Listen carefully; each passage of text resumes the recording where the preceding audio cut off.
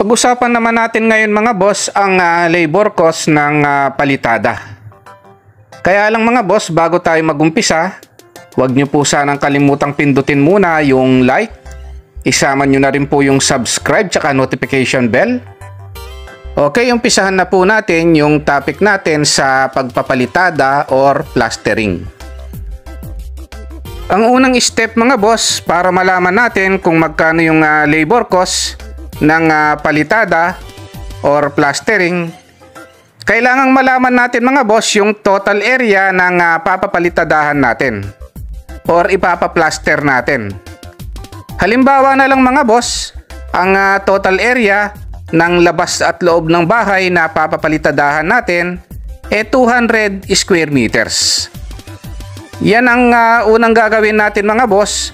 Susukatin natin kung ilang square meter yung papapalitadahan natin or ipapaplaster natin.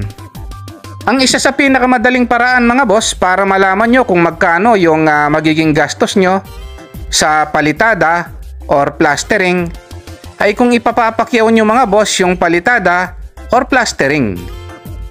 Halimbawa mga boss, meron tayong 200 square meter na ipapapalitada at pinapakyaw nyo mga boss ng 100 pesos per square meter.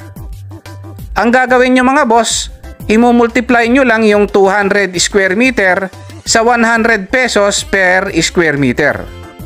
Ang magiging gastos nyo mga boss, 200 square meter times 100 pesos per square meter, ang magiging gastos mga boss is 20,000 pesos. Yung 100 pesos pala mga boss per square meter ng pagpapalitada or plastering, depende po yan sa lugar.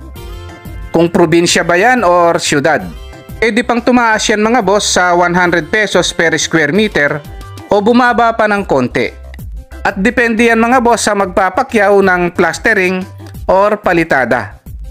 Okay, ayun lang mga boss kung nagustuhan nyo itong video natin, huwag nyo po sanang kalimutang pindutin yung like, isama nyo na rin po yung subscribe tsaka notification bell. Thank you very much and God bless po sa inyong lahat.